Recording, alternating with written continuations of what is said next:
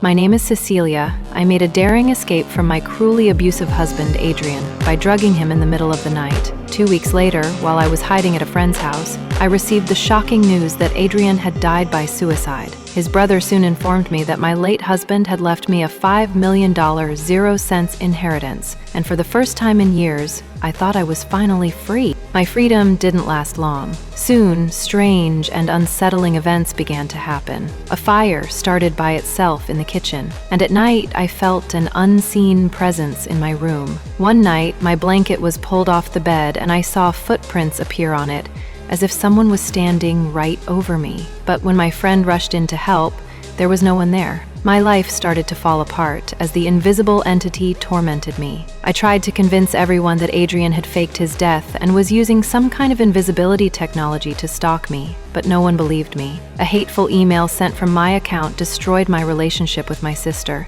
Then an unseen force struck my friend's daughter, Sydney, and I was blamed, forcing me to leave. Now completely alone, I decided to investigate for myself. I found Adrian's old phone in the attic, which had photos of me sleeping. I then threw a can of paint and revealed the silhouette of an invisible man. He violently attacked me, but I managed to escape. I raced to our old mansion, determined to find proof and expose the truth about what was happening to me. In Adrian's secret laboratory, I discovered his greatest invention, a high-tech suit that could make the wearer completely invisible. To prove I wasn't crazy, I arranged to meet my sister in a crowded restaurant, but it was a trap. The invisible man appeared, slit her throat with a floating knife, and then placed the weapon in my hand. I was immediately arrested and framed for her murder. I was sent to a secure mental hospital, where I discovered I was pregnant. Adrian's brother Tom visited and gave me an ultimatum from my supposedly dead husband. He revealed Adrian had faked his death and wanted me back.